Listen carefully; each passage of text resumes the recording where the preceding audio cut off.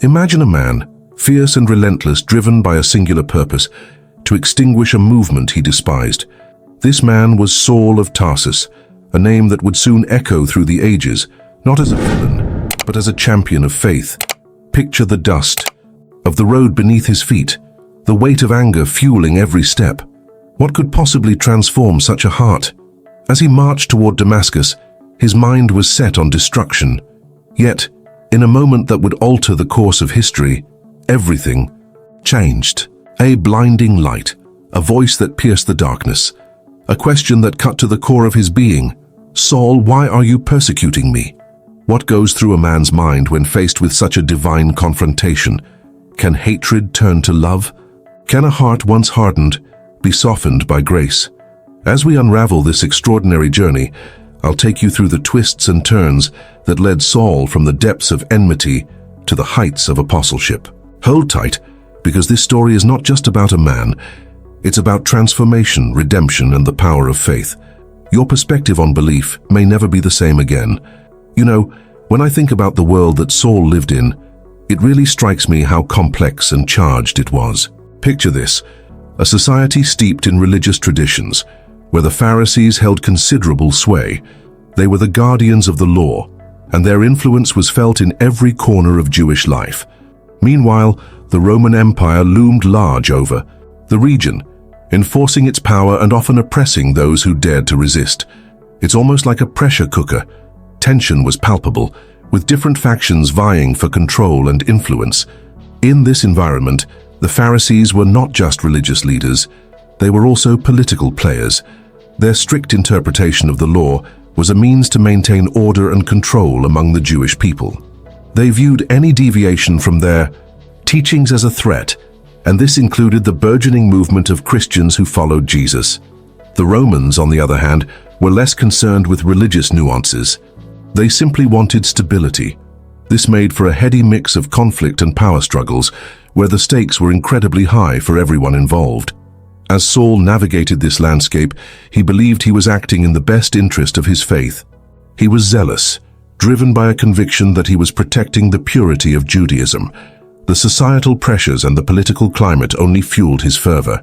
It's fascinating to consider how the historical and cultural context shaped not only his actions, but also the very beliefs that he held dear. This backdrop of oppression and religious fervor set the stage for the dramatic events that would soon unfold. Saul's involvement in the persecution of Christians is one of those chapters in history that leaves you shaking your head. It all started with a man named Stephen, one of the first martyrs of the Christian faith. I can almost envision the scene. Stephen boldly proclaiming his beliefs, standing up for what he felt was right even in the face of death, and there was Saul standing by, approving of it all. It's hard to fathom how someone could witness such an event and feel justified in their actions. The persecution escalated quickly, with Saul leading the charge against the early followers of Jesus. He was relentless, hunting them down, dragging them from their homes, and throwing them into prison. It was a dark time for the Christian community, which was already struggling to find its footing in a hostile environment. The fear must have been overwhelming. The very act of believing could lead to dire consequences. Saul saw himself as a protector of the faith, but in reality he was sowing seeds of division and fear. What's particularly striking is how Saul's actions were not just personal, but systemic. The opposition to Christianity was an institutional one, supported by both the religious elite and the Roman authorities. This created a dangerous atmosphere where dissent was not just discouraged, but actively punished. It's almost poetic in a tragic way. Saul was a product of his environment, yet he became a key figure in the very struggle he was trying to suppress. Then comes the most pivotal moment in Saul's life, the encounter on the road to Damascus. Can you imagine that? Traveling with a purpose, filled with rage and conviction, only to be struck down by a blinding light and a voice that shook him to his core. "Saul, Saul, why are you persecuting me?" Those words must have echoed in his mind long after the experience. It was a moment of reckoning, a divine intervention that would alter the course of his life forever. This encounter wasn't just about being knocked off his horse. It was about a complete transformation of identity and purpose. Saul's previous convictions were challenged in an instant. The man who had set out to destroy the followers of Jesus would soon become one of their most ardent advocates. The weight of that realization must have been staggering. Imagine the internal struggle as he grappled with the implications of what had just happened. The impact of this experience extended beyond Saul himself. It set off a chain reaction that would affect countless lives. His mission changed from one of persecution to one of evangelism. The very faith he sought to obliterate became his own, and he was compelled to share that message with others. This was not just a conversion. It was the birth of a new calling that would resonate through the ages. The transformation of Saul into Paul represents one of the most remarkable shifts in history. When I think about it, changing one's name is not just about semantics. It symbolizes a whole new identity. Paul emerged not just as a different person, but as a different kind of leader. His understanding of faith evolved dramatically, fueled by the very experience that had once threatened his existence. It's fascinating how someone can go from oppressing a movement to becoming one of its most passionate advocates. This new identity wasn't merely a personal rebranding, it came with a new mission. Paul became a bridge between cultures, sharing the message of Jesus far beyond the boundaries of Judaism. His new vision included the Gentiles, those who had previously been viewed as outsiders. This was a radical shift that challenged the status quo and opened doors for many who had felt excluded from the faith. It's a powerful reminder that transformation can lead to inclusivity and acceptance.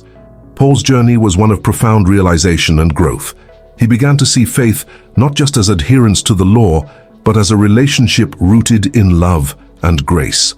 This new perspective enabled him to connect with diverse communities, breaking down barriers that had long divided people. His life became a testament to the idea that anyone, regardless of their past, could find redemption and purpose. Paul's missionary journeys were a whirlwind of activity, and each one was marked by a sense of urgency and purpose. You can almost feel the energy as he traveled from city to city, preaching the gospel and establishing new communities of believers. His dedication to spreading the message of Jesus was nothing short of remarkable. I often wonder what it was like for him to step into a new place, knowing he might face hostility, but still driven by an unwavering commitment to his mission. His travels took him through regions that were both familiar and foreign. He engaged with diverse cultures, adapting his message to resonate with different audiences. Paul had a unique ability to articulate the message of Christ in a way that was relatable, often drawing on common experiences and cultural touchstones. This adaptability was crucial in his mission to reach as many people as possible, breaking down the walls that separated communities. Establishing churches became a central part of his work, creating spaces for believers to gather, worship, and grow in their faith. It's inspiring to think about how these early communities were formed in the face of adversity. Paul's leadership provided a foundation for these believers, encouraging them to remain steadfast in their faith despite the challenges they faced. His letters to these churches also served as a source of guidance, helping them navigate the complexities of life as followers of Jesus. Through his efforts, Paul helped to transform the landscape of Christianity. His commitment to evangelism and discipleship laid the groundwork for a movement that would continue to grow, spreading far beyond the borders of the Roman Empire. It's amazing to see how one man's transformation and dedication could lead to such profound changes in the lives of countless others. Paul's journeys were not just physical, they were spiritual odysseys that shaped the very fabric of the early church. You know, there's something profound about a name change, especially when it symbolizes a complete transformation of identity. When I think of Saul becoming Paul, it's like witnessing a caterpillar morph into a butterfly. The shift wasn't just in name, it was a radical change of heart and purpose. As Saul, I was a staunch defender of the Jewish faith, vehemently opposing anyone who dared to veer away from our traditions. The name Paul, however, marked a new beginning, a new mission that would take me far and wide, preaching a message of grace and redemption. This transformation wasn't merely a rebranding exercise, it was a complete overhaul of my worldview. I had seen the light, quite literally, on that road to Damascus, and it shook me to my core. I realized that the very beliefs I had upheld with fervor were now in direct opposition to what I was called to embrace. It was as if a veil had been lifted, and I was finally able to see the truth of Christ's teachings. The change of name from Saul to Paul was my declaration of faith, a signal that I was leaving behind my old life and stepping into a new one filled with hope and purpose. Embracing this new identity brought challenges, of course. I had to navigate the skepticism of those who knew me as Saul, the persecutor. Some couldn't fathom how someone who once hunted down Christians could now be one of their most passionate advocates. Yet that's the beauty of transformation. It doesn't matter what you were, it matters who you are now and who you're becoming. I found strength in my new identity, and it fueled my passion to share the message of Christ with everyone I encountered. In many ways, the change of identity was also a call to action. I was no longer a passive observer. I became an active participant in the unfolding story of the early church. This new identity meant I had a mission, a divine calling to spread the good news beyond the borders of Judaism. Every time I introduced myself as Paul, I was reminded of the responsibility I carried and the lives I hoped to touch. It was exhilarating and terrifying all at once. Ultimately, the transformation from Saul to Paul is a testament to the power of redemption. It shows that no matter how far gone one might feel, there's always a chance for a fresh start. I embraced my new identity with all its complexities, knowing that it was part of a greater narrative. My journey was just beginning, and I couldn't wait to see where it would lead me. The thrill of missions. When I set out on my first journey, I remember the mix of excitement and apprehension that filled me. I was armed with a newfound faith and a burning desire to share it. The mission wasn't just about traveling to new places, it was about reaching the hearts of people who had never heard of Christ. Each city I visited felt like a blank canvas, waiting for the brushstrokes of the gospel to paint a new picture of hope and redemption. My journeys took me through bustling cities and remote villages, each stop rich with its own culture and challenges. I often faced opposition, people who were skeptical of my message, others who were hostile. But every time I encountered resistance, I was reminded of my own transformation. I knew firsthand what it meant to be lost and then found, and that fueled my determination. I would share my story, recounting how I went from persecutor to preacher, hoping it would resonate with those who felt far from God. Establishing churches was one of the most rewarding aspects of my mission. Each congregation felt like a family, being born, a community coming together to support one another in faith. I saw the power of believers gathering in worship, sharing their lives and struggles. It was beautiful to witness how the message of Christ transcended cultural barriers and united diverse groups of people under one faith. These churches became beacons of hope, often serving the marginalized and the needy in their communities. Preaching to the Gentiles was another significant part of my mission. It was groundbreaking, really, and at times controversial. Many of my fellow Jews were hesitant about this inclusivity, but I knew that the gospel was meant for everyone. I often reflected on the vision I had, where God showed me that no one is unclean. My heart was set on breaking down the walls that separated us and inviting everyone into the fold of grace. Sharing that message filled me with joy, knowing I was playing a small part in something much larger than myself. The impact of my missions extended far beyond the places I visited. The letters I wrote to the churches became a lifeline of encouragement and instruction, ensuring that the seeds planted during my visits would continue to flourish. Every journey, every conversation, and every letter was a step in the grand narrative of Christ's love being shared with the world. It was thrilling to think that my life, once defined by persecution, was now marked by a mission to spread hope and faith. When I think about the writings of Paul, I can't help but be amazed at how much they shaped the Christian faith. His letters, often written in a hurry and sometimes from prison, are filled with profound theological insights. They provide a window into his thoughts and the challenges he faced as he spread the gospel.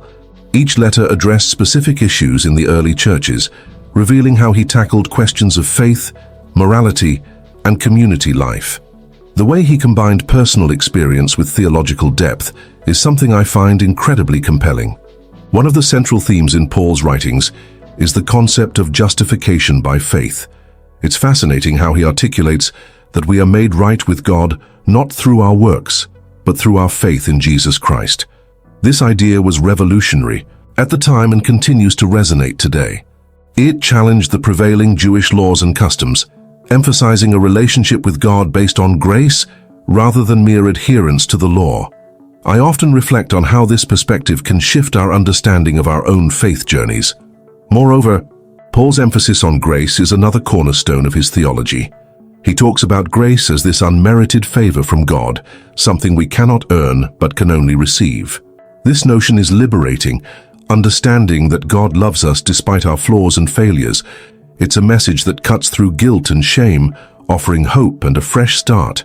In my own life, grasping this concept has transformed the way I view my relationship with God and others. Paul's letters also delve into the importance of community, particularly the body of Christ. He uses the metaphor of the body to illustrate how each member plays a unique role within the church. This idea resonates deeply with me, as it reinforces the notion that we are all interconnected, each contributing our gifts for the greater good. It's a reminder that no one is insignificant in the eyes of God, and that together we can achieve so much more than we can alone. Finally, Paul's writings encourage us to live out our faith actively. He doesn't just offer theological reflections, he challenges us to embody the teachings of Christ in our daily lives, whether it's through love, service, or standing up for justice. Paul's letters serve as a call to action. This has inspired countless individuals throughout history to engage with their communities and advocate for change, leaving a legacy that continues to impact the world today. The legacy of Paul is nothing short of monumental.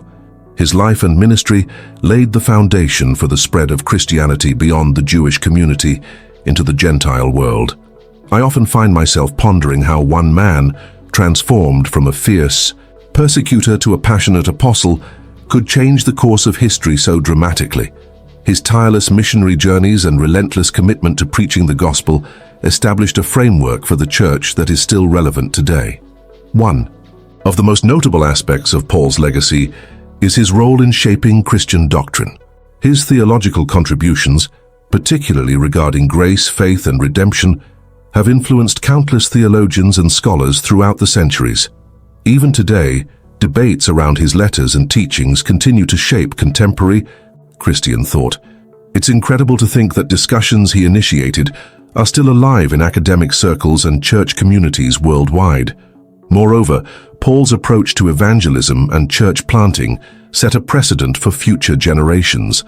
His strategic planning for missionary trips, his ability to engage with diverse cultures, and his focus on building community are lessons that many missionaries and church leaders draw upon today.